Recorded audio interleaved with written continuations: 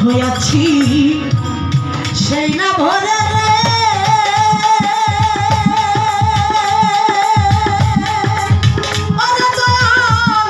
এই ধরো বিধুরে আমার এই খেলাতে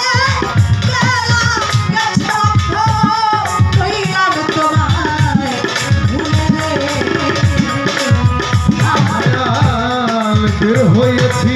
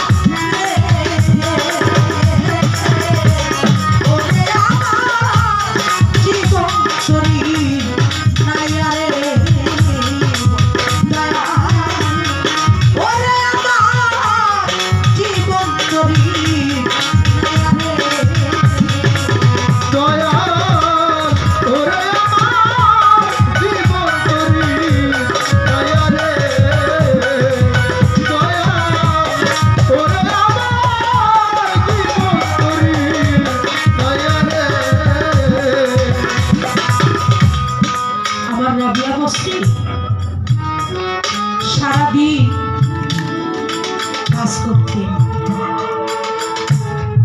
আর রাত হলে ইবাদতে মশগুল থাকতেন। তো একদিন মালিককে ডেকে বলে, রাবিয়া, সারাদিন ভর তুমি কাজ করো, আর রাত হলে তুমি না ঘুমাও, না ঘুমিয়ে আমার ইবাদত করো। আচ্ছা রাবিয়া, তুমি কি দোজখের ভয়ে ইবাদত করো? রাবিয়া বসে তুই চোখের পানি ছেড়ে দিয়ে বলে, আমি যদি ওই তোমার দোজখের ভয়ে তোমার ইবাদত করি, তাহলে তোমার সবচেয়ে যে কঠিন যে দোজখটা,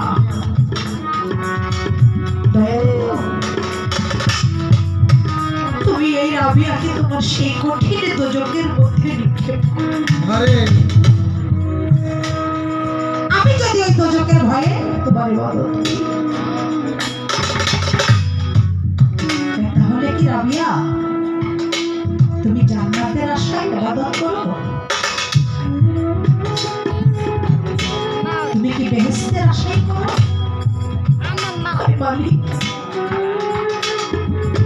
আমি ওই বেহেশত কি চিনি না, বেহেশত কি জানি না। আমি যে ওই বেহেশতের লোভে কোনো ইবাদত করি না, তাহলে আমি বেহেশতের লোভে নয়, আমি বেহেশতের আশায় নয়। আমি কার আশায় করি জানো? কার লোভে করি? কার? ওই বেহেশতের যে মালিক, আমি ওই মালিকের লোভে মালিককে পাওয়ার জন্য করি।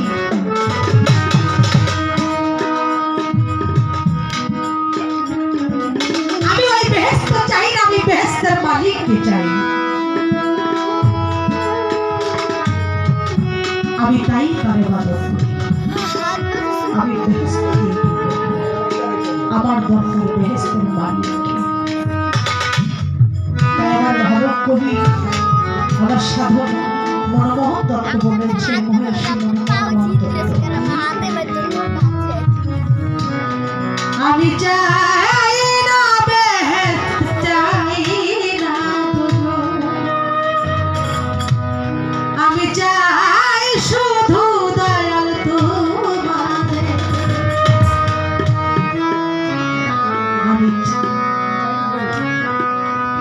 আমি চাই না বেহেশত, চাই না দোজখ, আমি চাই শুধু দয়াল তোমারে। আমি চাই শুধু দয়াল তোমারে। আমি চাই না বেহেশত, চাই না দোজখ, আমি চাই শুধু তোমার, আমি চাই দয়াল তোমারে, আমি চাই না বেহেশত, চাই না দোজখ। দুজন আমি চাই না বেহেশত চাই না দুজন আমারে বানায় কোথায় আছো তুমি কোথা হতে কোথা যাব আমি আমি বাজে তফাৎ কি বাই আছে জয় তুমি আমি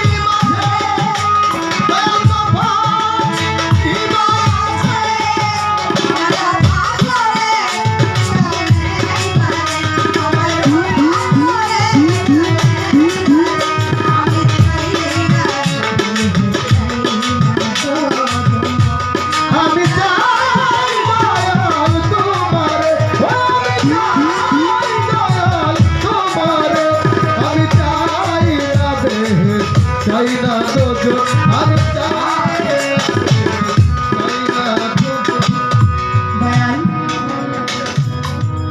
আমি ব্যস্ত দুজন আমি কোনোটাই চাই না আমি কাকে চাই আমি চাই শুধু দয়াল তোমাকে